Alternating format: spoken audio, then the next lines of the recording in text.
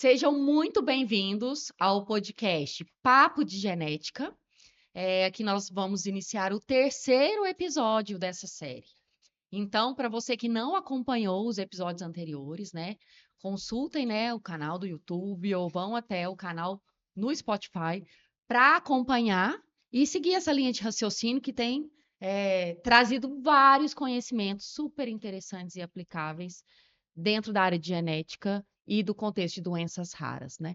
Aproveito para pedir para vocês não esquecerem de compartilhar, né, com outras pessoas esse conteúdo, ativar o sininho de notificações para que vocês recebam, né, os alertas para os episódios que ainda vão vir e curtir e compartilhar também nas redes sociais, né? Esse material ele vai ser divulgado e postado também nas redes sociais da ONG Famílias Raras e da Liga de Genética Médica da Universidade Federal de Uberlândia, tá bom?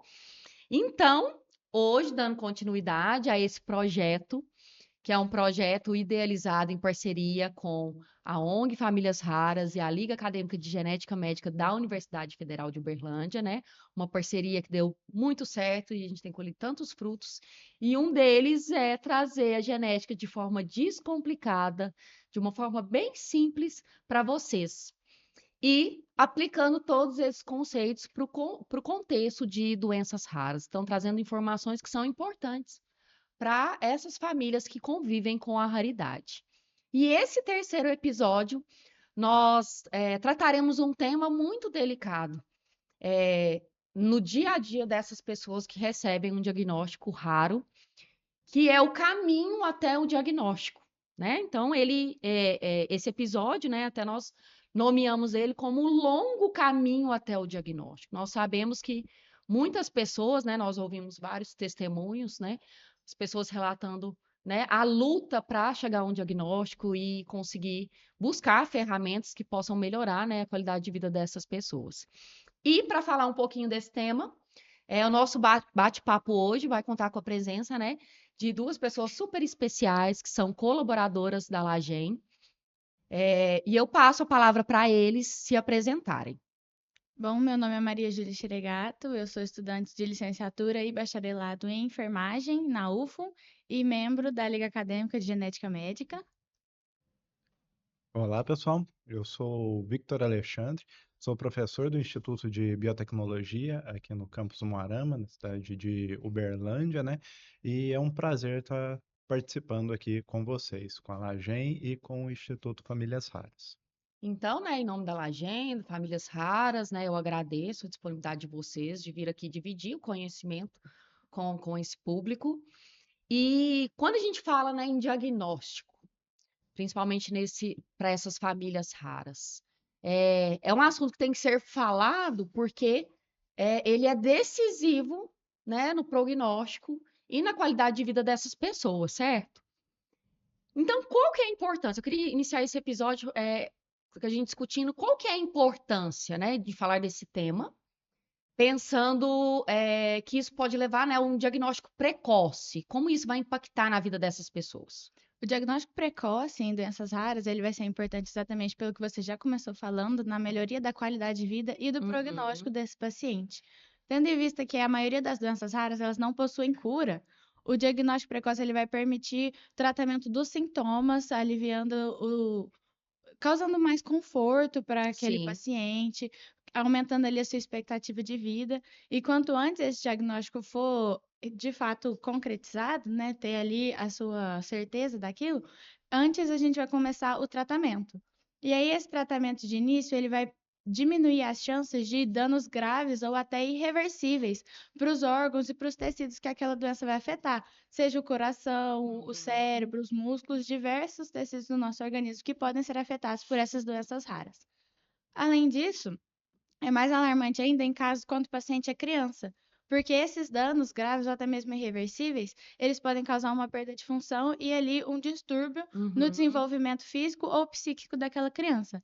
Então, quanto antes esse diagnóstico, mais cedo o tratamento, por exemplo, da AME, que é a atrofia muscular espinhal, que quanto antes o tratamento for iniciado, a fraqueza muscular, que é um sintoma tradicional dessa doença, ela vai ser menor, ela vai Uhum. ser evitada em certos pontos, permitindo a criança ali desenvolver certas habilidades motoras, como Uhum. andar, sentar, falar, e aumentando assim a expectativa de vida também dessa criança, podendo ter uma qualidade de vida melhor. Uhum.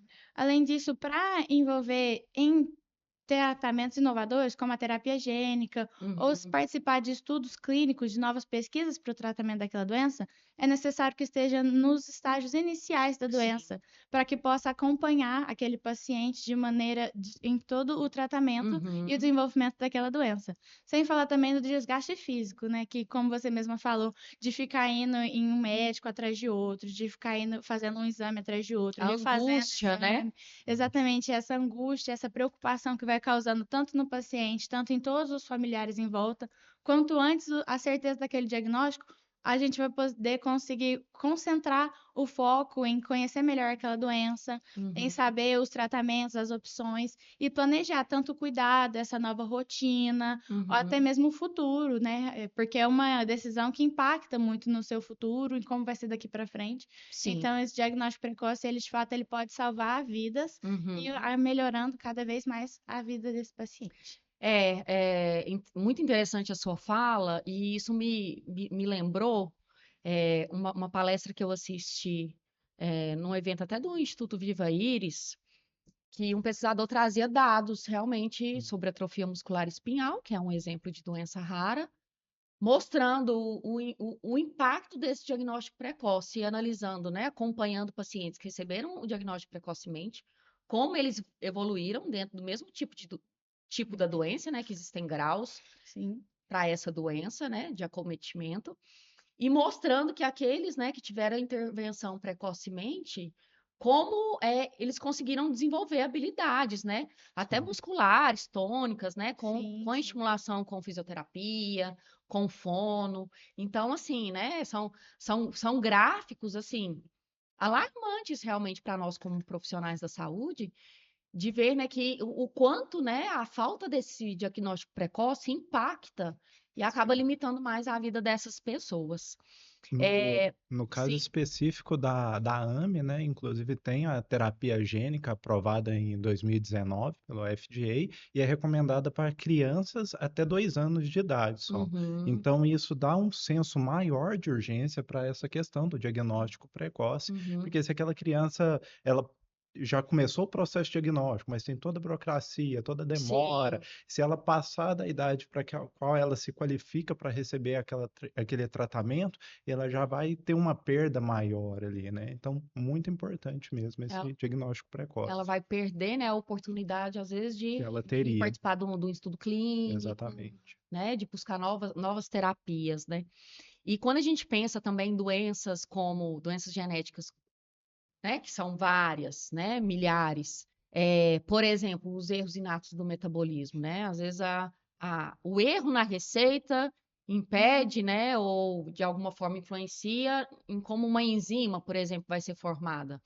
E aí nós sabemos que às vezes tem algumas intervenções que são relativamente simples e que vão evitar que essa criança vá a óbito, né? Então, por exemplo, uma correção na dieta, né? Exatamente. Retirar algum tipo de aminoácido, algum componente nutricional que aquela pessoa não tem capacidade de digerir e ele vai se acumular e vai causar vários problemas para o corpo.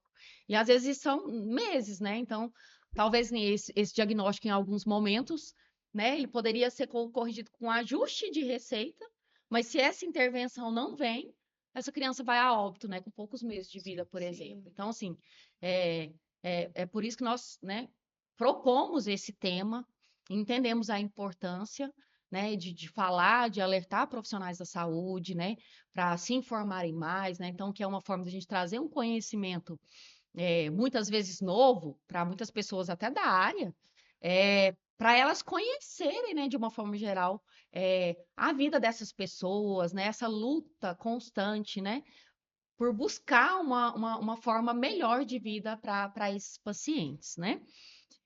Então, pensando nisso, quando nós conversamos, né, entramos em contato com essas Uhum. famílias, infelizmente, a nossa resposta, quando nós fazemos a pergunta, quanto tempo levou para esse diagnóstico, né? Quanto tempo seu filho, sua mãe, seu irmão eh, levou, né, em consultas médicas até ter um diagnóstico. E aí nós ficamos extremamente chocados em ouvir números como, por exemplo, 5 anos, 10 anos, né, até ter esse diagnóstico.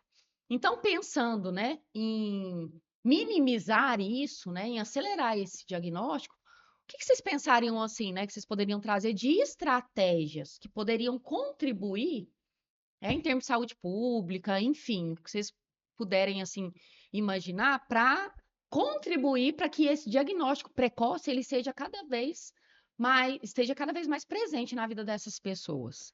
Bom, essas estratégias para acelerar o diagnóstico precoce, né, como a gente disse, a sua importância, ele é um desafio global, é um desafio que Sim. não é enfrentado apenas no Brasil, mas em diversos países, porque necessita de um conjunto de ações de governos, de pesquisadores, da Uhum. própria de profissionais da saúde, da própria sociedade como um todo. Porque é muito importante, principalmente, a capacitação dos profissionais da saúde, Sim. principalmente os formados generalistas, porque eles não são especializados nessa área, mas pelo menos para eles terem uma noção dos sintomas, seja os mais comuns até os mais específicos das doenças raras, porque como você mesmo disse, tem uma certa história de levar um tempo até se ter um diagnóstico específico. Então já vê ali que aquele paciente, ele vem sendo tratado por diversos médicos, realizando diferentes exames. Então você já nota ali um padrão naquela história. Então, Uhum. tipo, nossa, se essa hipótese de diagnóstico já foi mencionada e não foi comprovada com determinado exame, o que será que pode ser? Então, Uhum. para essa capacitação mesmo, para que eles possam ter um olhar mais amplo, principalmente para esse padrão que a gente vem notando nas histórias desses pacientes. Além disso, principalmente no Brasil, é muito focado em regiões específicas do país Hum. em relação a centro de pesquisa, a estudos, então é um acesso ainda um pouco mais limitado. Uma estratégia seria, de fato, disseminar esse conhecimento, tanto para a população toda ter mais noção dos sintomas, de que não deve ser menosprezado, que se começou a sentir algo, de fato, procura uma ajuda especializada. Uhum. Às vezes a pessoa precisa até sair da sua cidade, do seu estado, Sim. então é algo ainda mais específico em algumas regiões do país, mas o que é importante, o que vem sendo melhorado, a gente também tem que falar, que é o exemplo do teste do pezinho, que hoje ele já é reconhecido e é por lei tendo que ser realizado nos primeiros dias de vida da criança, e desde 2021 a própria AME, que a gente estava conversando aqui, a atrofia muscular espiral, ela entrou para o catálogo de doenças testadas no teste do pezinho, então é algo que vem sendo mais elaborado, é algo que vem Uhum. acrescentando, assim, exatamente para ter esse diagnóstico dessa doença antes mesmo da aparição dos sintomas. Uhum. Então, é algo que é muito importante, exatamente isso, Uhum. porque quanto mais informação as pessoas tiverem, a sociedade como um todo, antes elas vão buscar ajuda. Então, além disso, uma estratégia muito importante também é o investimento em Sim, pesquisa, claro. em centros, seja em parcerias nacionais, com parcerias internacionais. Pode ser realizada também a criação de um banco de dados para que aqueles exames que o paciente já realizou fique salvo ali, não precise ser refeito a partir do momento que ele busca um outro médico, uma segunda opinião. Então, é algo muito importante também, um ponto interessante Uhum. de se trazer, além desses incentivos financeiros e da redução da burocracia. Porque às Com vezes certeza. você fica na fila anos e anos esperando um exame ou uma consulta especializada. Sim. Então, a partir do momento que essa burocracia ela já é, de certa forma, reduzida, a pessoa já tem um acesso maior a Uhum. todos esses benefícios. É muito interessante a sua fala, né? Falando assim da importância da gente de ter um investimento em levar esse conhecimento para médicos generalistas, porque geralmente é o primeiro profissional que se Sim, é a procura, porta né? de entrada. E é o profissional que, de certa forma, está mais disponível, né, no serviço de assistência médica. Sim. Uhum. Então, na dúvida, não sei, são vários sintomas, é o primeiro médico que é procurado. E essa questão dos sintomas, as doenças raras, né, muitas delas têm sintomas muito parecidos. Então, isso Uhum. realmente dificulta aquele diagnóstico, a Sim. interpretação daquele exame, daquele quadro clínico por esse médico generalista. Então, a falta de uma especialização, de um Uhum. cuidado mais direcionado para essas famílias, né, pode impactar muito nessa questão de Uhum. aceleração. mas, como foi falado, né, a gente estamos caminhando para uma melhora nisso. O teste do pezinho, a mesma lei que colocou a AME no teste do pezinho, né, tem a perspectiva de aumentar o rol de doenças identificadas nesse teste para mais de 50 doenças diferentes ali, né? É claro, é um progresso que vai demorar ainda a chegar Uhum. nesse número, né? Mas a gente já tem uma lei que está caminhando para chegar lá. Então, Sim. uma hora vai chegar. E a criação desses centros, né? O Instituto Famílias Raras é um excelente exemplo aqui no trabalho que eles estão fazendo de acolhimento, de educação, mas nós temos vários outros exemplos aqui no Brasil também, né? Eu gosto muito de citar o exemplo do padre Marlon Múcio, né? De Taubaté, que criou a Santa Casa Nossa Senhora dos Raros também, né? Ele é Uhum. portador, já deu entrevista no Fantástico também, ele tem uma doença rara lá, e ele fez da missão de vida dele também divulgar, conscientizar e oferecer esse tratamento. Então, mais centros assim são muito importantes para auxiliar esse pessoal. Quando nós pensamos, né, no tamanho da cidade de Uberlândia, né, quantas cidades aqui da região se beneficiam do atendimento, por exemplo, do Hospital de Clínicas, né, vinculado à Universidade Federal de Uberlândia, e quando nós pensamos que os centros mais próximos, né, aqui à nossa cidade, à nossa região, talvez seja Belo Horizonte, Ribeirão Sim. Preto, né, nós realmente visualizamos uma necessidade, né, da criação de um centro desse na nossa região, que possa receber bem essas pessoas, e isso, claro, né, com um centro direcionado, né, com pessoas que recebem esse treinamento específico, com certeza vai impactar diretamente nesse diagnóstico, né, no tempo que esse diagnóstico vai chegar. Sim, eu acho que a palavra-chave no que você falou aí é direcionamento, Sim. porque quando a criança já apresenta algum sintoma que é característico de alguma das doenças raras, é melhor a gente já ir para esse caminho, e que Sim. a gente olhar com outro olhar, fazer uma pesquisa em cima daquilo do que pode ser, Uhum.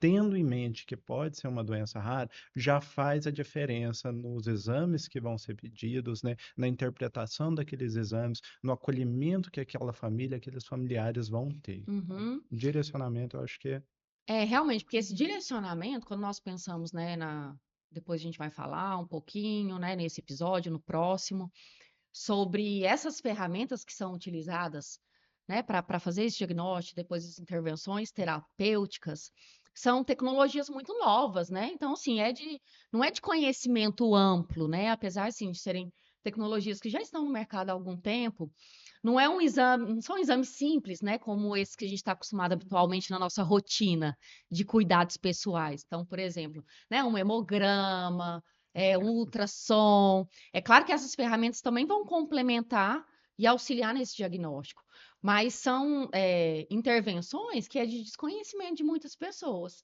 E isso também acontece dentro, né, dessas áreas dos profissionais de saúde.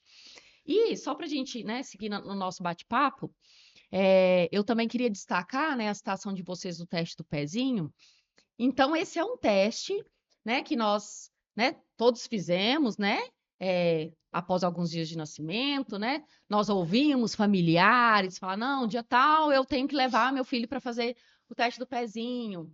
Então, esse teste é um teste de triagem que pode já detectar, né, algumas doenças genéticas e aí acelerar esse tratamento, né, esse diagnóstico precoce, e ele vem sendo ampliado, né? Isso. Então, existe sim, né, então, destacando a importância do teste de pezinho, e existem, né, normativas, né, regulamentações que prevêem a ampliação desse teste, de forma, né, que daqui a um tempo, né, mais doenças vão ser detectadas e é importante nós reconhecermos até o esforço, né, dentro do nosso estado, por exemplo, foi o primeiro a incluir o diagnóstico, né, a triagem da AME no teste do pezinho, né, que seria uma das últimas doenças que seriam incluídas nesse teste.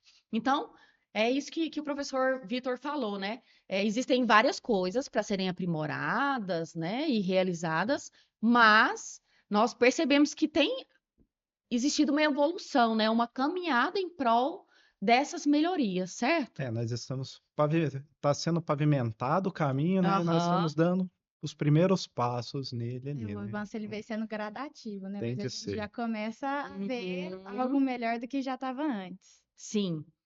E aí, né, até isso que eu vou falar, ele deu nome a esse episódio, né? Por que que esse caminho é tão longo?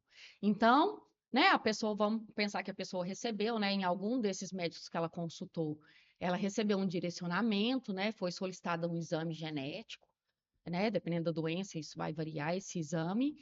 Mas por que que esses exames genéticos, eles são tão caros? E por que que eles demoram tanto tempo para para nos trazerem um resultado? Por que que isso acontece? Bom, a questão dos exames genéticos, especificamente, o primeiro, no diagnóstico, eles não são geralmente os primeiros exames a serem pedidos, Certo. né?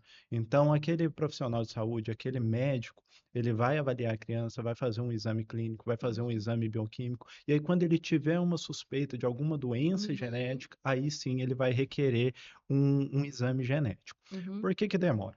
Apesar da evolução do sequenciamento genético que a gente tem hoje, né, desde que terminou o projeto Genoma, que durou 15 anos, sequenciou todo o genoma Então, humano ali, sequenciar, então, a partir do sequenciamento, a gente passou a saber todas as letrinhas que estão escritas no nosso sim, DNA. exatamente, Ele foi aquele sequenciado. Então, a sequência do DNA hoje ela é conhecida, né? Quase em sua totalidade. continuando a analogia dos outros episódios, quem Aham, não viu, volta lá atrás. aham. Naquele livro de receitas, a gente não conhecia todas as receitas. A gente sabia que era um livro de receitas que estavam ali, mas é como se Uhum. ele tivesse em outra língua. E o Sim, projeto Genoma Humano mostrou para a gente, traduziu esse livro, sim. trouxe para a gente o que estava escrito ali. E hoje nós conhecemos o genoma humano, né? Nós conseguimos saber onde estão os genes.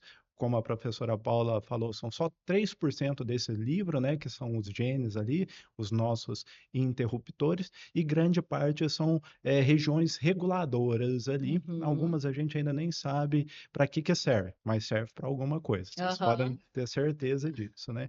E aí o sequenciamento genético, o exame de sequenciamento genético é justamente isso. A gente tem um genoma humano padrão ali de referência, né? E a gente sequencia o livro de cada pessoa e compara com um banco de dados para ver onde está acontecendo alguma alteração. E isso pode ser mais direcionado ou menos direcionado. Uhum. Então, por exemplo, se a gente tem uma doença rara, que a gente sabe qual gene está associado a essa doença rara, e a gente sabe que a alteração acontece em um gene, em um daqueles receptores, então nós vamos sequenciar só os receptores, só os interruptores, né? Que Uhum. são aqueles 3%. É o sequenciamento de exoma. Então, exoma são só os receptores ali dos genes mesmo. A gente sequencia só isso. Se a gente tem uma doença genética que a gente não tem certeza de onde aconteceu aquela variação, então Uhum. nós temos que sequenciar todo o genoma. E aí é muito mais sequências para a Uhum. gente estar lendo ali. Então esse exame já vai ser um pouco mais demorado. O resultado demora um pouco mais, né? Sequenciamento demora um pouco mais. A interpretação demora um pouco mais. Você perguntou a questão do preço.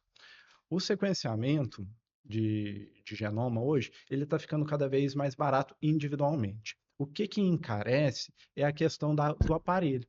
A Uhum. gente precisa de um sequenciador, que é uma máquina fantástica para fazer isso, né? Ler todo o nosso DNA ali, mas o sequenciador de última geração, ele custa mais de R$ 1 milhão.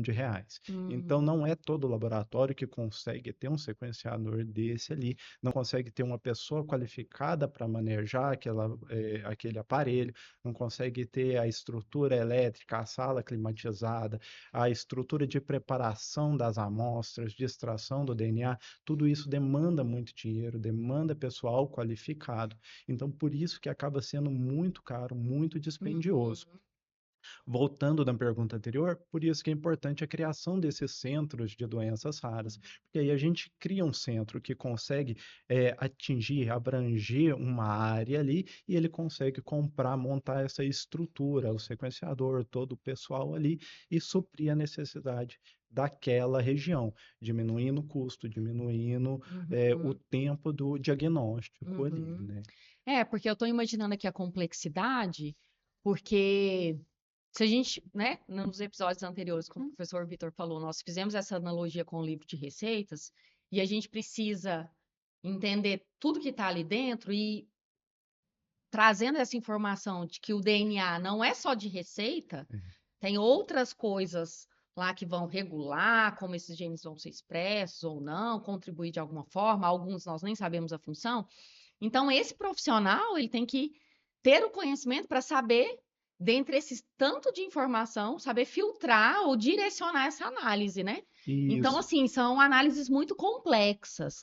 Então, ou analisar o DNA todo, ou no caso do exoma, não, só essas receitas. Então, é um outro olhar. Eu tenho que saber o que é receita e o que não é. Então, isso realmente, né, eu imagino que deve ser bem complexo. Sim, aí você tocou num ponto que a gente precisa de um outro profissional. Eu falei que a gente precisa de um profissional qualificado, né, para operar o sequenciador ali, fazer todo o processo de extração, preparo da amostra, tudo isso. Depois que a gente tem o resultado, o aparelho sequenciou o livro, o DNA, bonitinho ali para a gente, entra um profissional que chama bioinformata. E esse aí é raro no mercado, pessoal. Esse é difícil.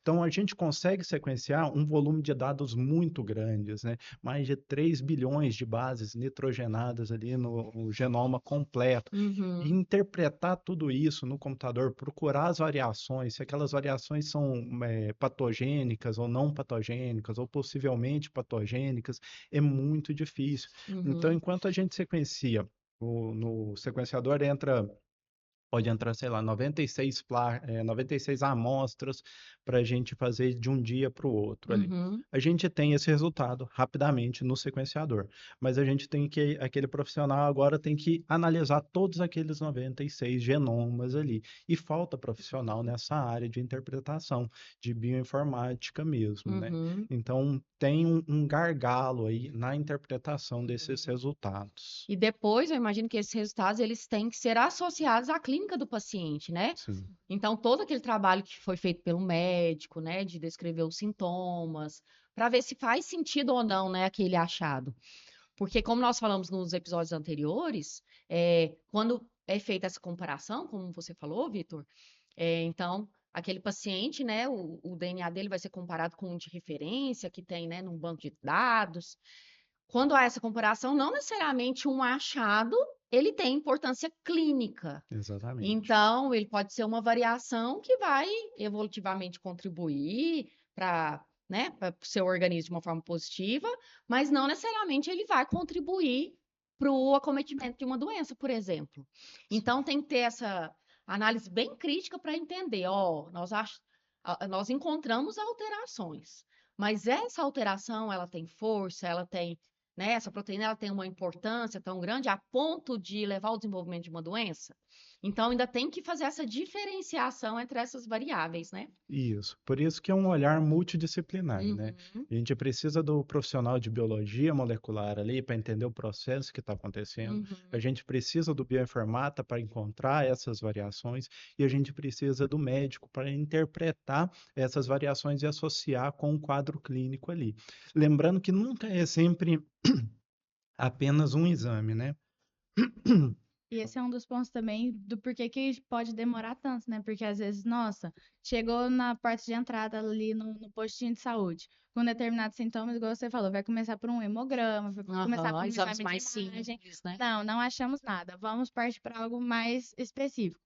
Vamos chegar num ponto ali de exame genético. Aí vai começar também pelo sequenciamento menor. Aí fez o sequenciamento de determinada parte, não conseguiu achar, vai progredindo assim até de fato chegar no sequenciamento do genoma completo, e é o que acaba também demorando um pouco mais para ter esse diagnóstico Uhum. e determinados outros fatores. Tem um caminho, né? Uma trilha a Sim. ser Isso. seguida até ser necessário, né? Ser relevante, às vezes, solicitar um exame genético. A gente sabe que algumas doenças raras, que é até uma questão que a gente sempre discute, né? Quando a gente entra em contato com esses pacientes, que tem algumas características bem tradicionais, assim, né? Uhum. Então, às vezes fisicamente alguma alteração, mas não necessariamente uma doença genética, né? Uma doença rara, ela vai ser tão clara quando a gente fala em modificações físicas, por exemplo, em alterações Sim. físicas.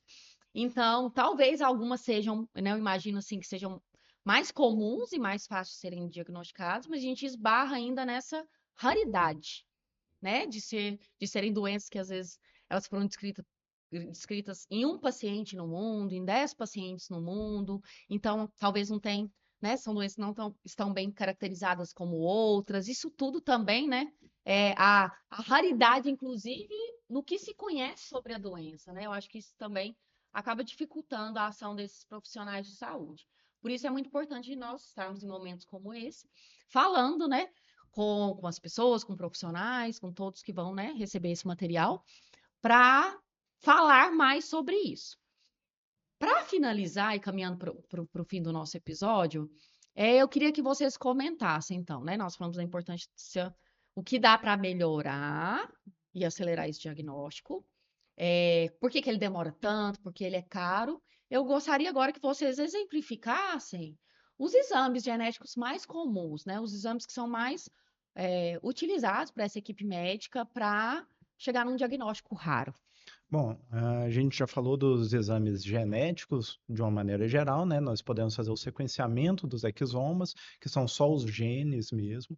Podemos fazer o sequenciamento do genoma completo também ali, ele é complementar. Uhum, Agora, em algumas doenças raras, que podem ser divididas entre famílias, né? Por exemplo, as doenças neuromusculares ou as lipopolissacaridoses, que têm características muito semelhantes, elas estão associadas a um painel genético específico. uhum, Então, a gente já pode mirar naqueles genes. Então, vamos sequenciar só 10, 15 genes que podem estar associados a lipopolissacaridoses de maneira geral. uhum, Nós temos várias lipopolissacaridoses diferentes, né? E aí a gente consegue fazer o diagnóstico de qual elas têm sintomas parecidos, mas através desse painel genético a gente vai descobrir exatamente onde está a alteração e tratar essa alteração de acordo, né? Porque uhum, apesar delas terem um, um, um fenótipo parecido ali no final, a causalidade delas é diferente e elas devem receber tratamentos diferentes. Então, a gente pode fazer também, uhum, né, dentro dos testes genéticos,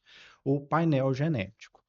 Outro teste genético que pode ser realizado é a questão do cariótipo. O uhum, cariótipo vai olhar os cromossomos, né? Então a gente não precisa sequenciar o genoma ali, mas a gente vai olhar a quantidade de cromossomos que aquela célula apresenta e se tem alguma variação ali, né? Sendo mais comuns as trissomias, sendo a trissomia mais conhecida aqui a síndrome de Down, né? Que é a trissomia do cromossomo 21. Então, a gente pode estar olhando esse tipo de coisa uhum, também, esse tipo de alterações. Fora os exames genéticos, né, obviamente, entram todos os outros exames clínicos. A gente pode fazer exames de imagem, como o ultrassom, uhum, para verificar hepatomegalia, esplenomegalia, né, que são muito comuns em lipopolissacaridose também, como a doença de Gaucher. Nós podemos fazer exames de imagem, eletroencefalograma, tomografia computadorizada para uhum, verificar algumas doenças. Quando o diagnóstico está muito difícil, tem algumas técnicas moleculares mais direcionadas, né, que vão sequenciamento do RNA agora. A gente pode olhar também. Está tudo certo com o gene, mas tem alguma coisa atrapalhando a produção daquela proteína. uhum, Então vamos olhar o RNA ali, né? O sequenciamento do RNA daquela pessoa. Até mesmo alterações epigenéticas, como vocês falaram no episódio anterior, né? Nós temos um exemplo muito claro de uma síndrome rara, né, de Renato do metabolismo, que é a síndrome de Angelman e a síndrome de Prader-Willi. O erro que acontece nessa síndrome é o mesmo, é uma translocação do cromossomo 15. Só que se o cromossomo 15 veio, defeituoso foi herdado do pai, aí aquela criança vai desenvolver a síndrome de Prader-Willi. Enquanto se o cromossomo 15 foi herdado da mãe, vai ser a síndrome de Angelman. Então tem, quando a gente olha ali no cariótipo, é a mesma coisa, uhum, né? Mas a gente tem que fazer um ensaio epigenético para saber de onde veio, porque os sintomas vão ser diferentes, o tratamento vai ser diferente ali também. uhum. Então, para finalizar esse episódio sobre diagnóstico, eu queria reforçar, então, né, nós entendemos a importância da ciência, né, de pesquisadores, das universidades, dos centros de pesquisa, buscando aprimorar esses métodos de diagnóstico, né, na tentativa de acelerar, né, a intervenção na vida desses pacientes. Então, alguns anos atrás, exames como esses genéticos, né, antes do sequenciamento do genoma, eles não existiam. Não existia, né, essas ferramentas, não se conhecia como era, né, a sequência do genoma humano. Isso tudo vem de muita pesquisa, de muito esforço colaborativo. Então, mais uma vez, né, parabenizar, né, esses profissionais que trabalham nessas áreas, né, de biologia celular, molecular, quando pensamos em equipamentos, né, pessoal da engenharia Nossa. biomédica e diversas outras engenharias. Então, a gente vê que é uma ação conjunta na tentativa de aprimorar essas ferramentas.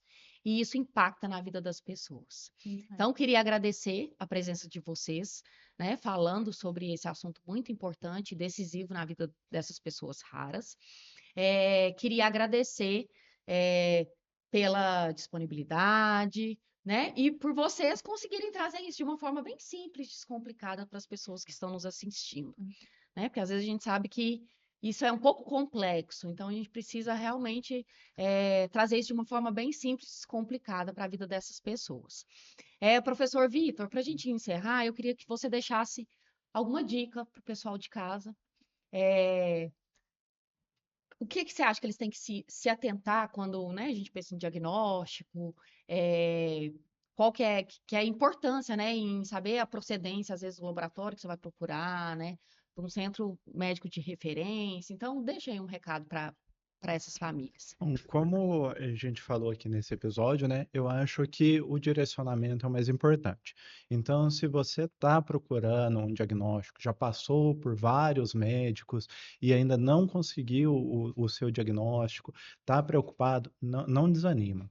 Procura um centro de referência, a gente tem vários no Brasil, a gente consegue ajudar, esses centros acolhem bastante essas famílias, promovem um direcionamento, um acolhimento e instrução para esse pessoal, né? Então, eu acho que conhecer mais o processo todo é muito importante para continuar nele, para buscar esse tratamento sem desanimar. Saber que não vai ser um caminho linear, né? Cada um vai ter o Sim, seu caminho, cada um vai ter o seu tempo, o seu diagnóstico específico. Então, é saber exatamente isso, que não é toda a informação que você procura na internet, que você acha sobre determinado sintoma que vai ser aquela exatamente. doença. Não Uhum. é, às vezes, um sintoma específico que já determina toda uma linhagem, assim, igual a gente comentou durante o episódio. É toda uma história clínica com Sim. os exames específicos até chegar no diagnóstico, então sua hora vai chegar. Calma que vai Isso. dar tudo certo. Isso mesmo. E dessa forma, nós encerramos esse episódio, né, que trouxe muito conhecimento sobre diagnóstico no contexto de doenças raras. E mais uma vez, queria pedir para vocês compartilharem esse material, né? Talvez essas palavras, esses conhecimentos vão ajudar, né, várias pessoas aí ao seu redor. Compartilhem, curtam, né, esse material e não deixem, né, con- é, de visitar as nossas redes sociais, né, da Liga Acadêmica de Genética Médica, da ONG Famílias Raras, para trazer mais visibilidade nesse assunto. E vocês também ativem o sininho para continuar nessa trilha de conhecimento no contexto de doenças raras. Até a próxima.